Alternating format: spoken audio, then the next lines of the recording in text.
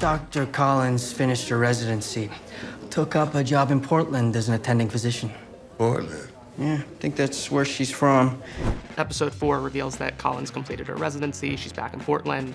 She's adopted this baby. When Robby hears Whitaker saying this all, it almost seems like it's the first time he's hearing some of it. She's adopting a baby. Wanted to be closer to her family. Wow, that's a beautiful thing. How do you think that news lands for him, and what does it say about the way people move in and out of his life? Well, it was interesting. I wasn't supposed to be in that scene. That was supposed to be just a scene between Whitaker and Louis, who wants to be treated by a black physician, wants to know where Dr. Collins is. Dr. Collins around? My sister always helps me out. I think it was probably the table read-through when we were reading it out. I just got this idea that if I poked my head in and was privy to just that little bit of information, it would be very satisfying to see how that lands with Robby. And in that moment, I think he is hearing that for the first time, and he's feeling that one got away. I probably for the best, because I wasn't really equipped to be what that relationship needed. She was on a trajectory I could have only been an impediment to. And if she's found happiness, God bless. He knew the one thing that was sort of missing from Collins' life was that she wanted to be a mom. And hearing that she's about to be a mother, I think, helps him in the sense that she's got closure to her life, at least, you know? Unfortunately, he doesn't have that. And that's what he's searching for. You turn the mirror around and you go, okay, well, what do you have, you know? And how far are you in your goal attainment? And what goals are you even chasing anymore? And I think that becomes more of an undercurrent for the character this season. You know, season 1, the doctor is the patient. Season 2, doctors don't make good patients. Do you think there's any part of him that feels any sort of sadness hearing that she's sort of settled? I think there's a part of him that was, when he found out that he might have been a father at one point, there's a bittersweetness to that. I got pregnant a few years ago. I never told him. You can't help but wonder what if, right? This season gives us some glimpses into Robby's personal life, including his relationship with Noelle. Call me Robby. You can call me Noelle. Oh, you could just tell me what the hell's going on here. But there's also a playful tension between Robby and Al-Hashimi that starts developing by episode 4. Thinking about changing your bet? I am just weighing my odds. Don't worry. I'll buy you a drink with my winnings. And it wasn't lost on me watching that you establish Al-Hashimi as a single mother with a young son. Tell me about this new attending. She's pretty, divorced, 1 kid. Can already tell she is a strict rule follower. Sort of parallels with Janie last season. Should viewers read anything into those parallels, or is that relationship strictly professional? We'll have to see, you know? I think what you are seeing is 2 sort of alpha dogs trying to figure out what their position is in the E now that they have to work together, and figuring out just how that's going to play out. Al-Hashimi and Robby obviously come at medicine from very opposing philosophies, yet there's also this unexpected playfulness between them. What was your initial read on their dynamic at the start of the season, and how had that evolved by the time you got to that moment in episode 4? Yeah, so during the testing process, actually, we read a few mock scenes, a couple scenes that, you know, variations of them ended up in the scripts, and then some that didn't. They were just kind of seeing the range of the relationship. And it was interesting because they are 2 people, like you said, who come at medicine from totally diametrically opposed in their approach. She more represents the modernization of medicine, and he's more the old school sort of traditional route. And so they don't always see eye to eye, but they do have a common goal. And so initially when she comes in, she sort of introduces this new rhythm, this new cadence to the hospital. And there's some discord, there's some, you know, dissonance between them. I find that a mock code is a great way to assess the student's capabilities. Well, it might have been nice if we'd had a little time to go over how we do things. Ultimately, throughout the season, you'll see them harmonize better, more seamlessly together. And part of it is like, you know, intrigue. Like, who is this person? What's going on with them? At first, there's some judgment, I think, especially from Dr. Robby, right? That he doesn't, but then he starts kind of leaning in because she's really, can I swear? Yeah. Okay. She's really good at what she does, you know, and he's really good at what he does. And at first she's like not used to it. So it's a bit destabilizing seeing somebody who's really solid in their approach, but totally different at coming at it. Like, she sees him as sort of this wild cowboy, and the way he talks to Garcia in that first scene. That time they replaced you, rabbit. I miss you too, YOLO. Dr. Garcia has a hard time expressing her feelings. Their banter, it's unprofessional, it's disrespectful, the way he is with residents.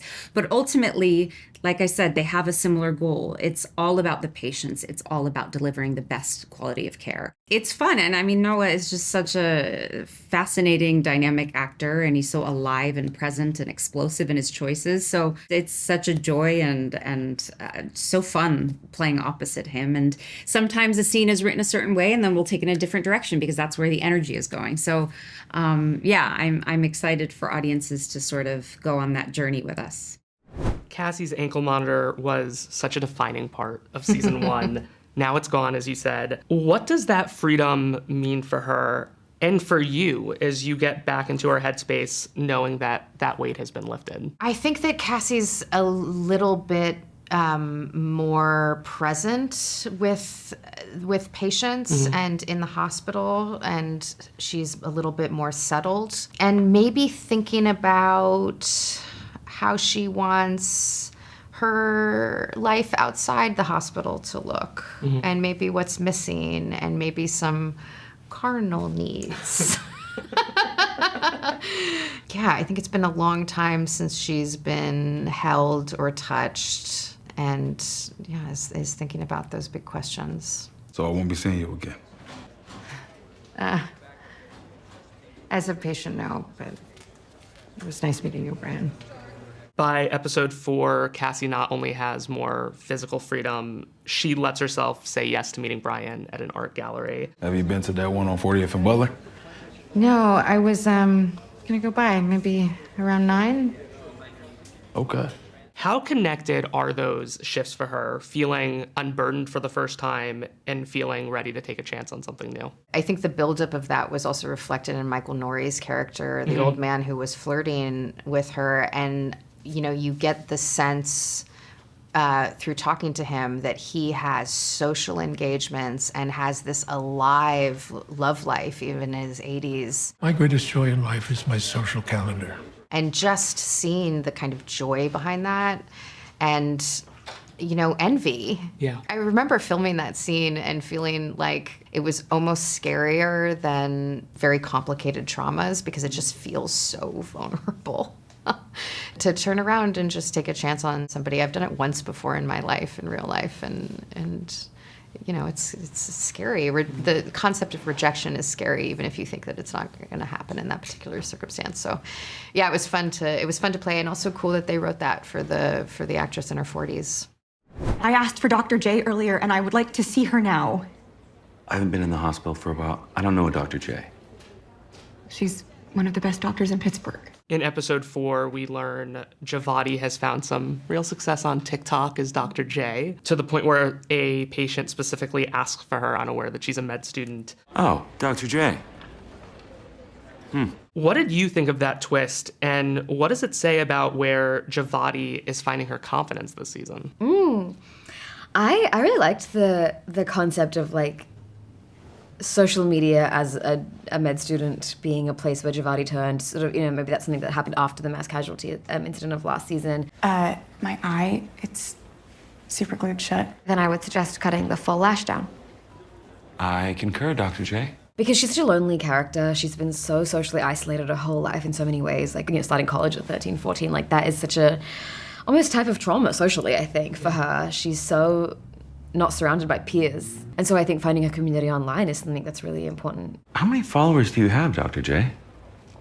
More than you'd guess, Dr. Langdon. I think I'm really grateful to be telling, like, generational stories, you know, all the way from McKay to Javadi. There's, like, such a distinction in the way that it feels to be a doctor. And also, there are a lot of issues with the healthcare industry and what it is to be a physician in terms of mental health outcomes, in terms of life expectancy outcomes. You know, life expectancy for physicians is lower than the average life expectancy. Like, it's wild. And so I think that there is a new generation of kids coming in who are like, I don't have to do it that way, and are sort of carving their own path. And I think that technology is a big part of that. And I think also the storyline will play with a lot of people's expectations. I think people think of social media as like vapid or silly or fun, and I think that I think you'll be surprised by where that goes. We got a big ball on our hands. Congrats, Doctor.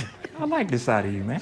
The other big change for Whitaker this year is that he's finally earning a paycheck. And we learn he's also been spending time with the widow of his burn patient from season 1. Yes. Well, if you're ever homesick, you should come by our farm sometime.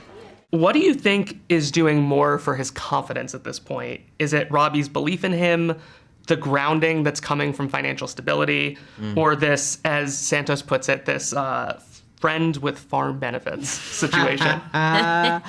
What are farm benefits? Oh, use your imagination. You ever see a milking machine? Oh, can we not talk about this, please? I think the whole farm situation is actually something that he's found himself in without necessarily thinking too much about it.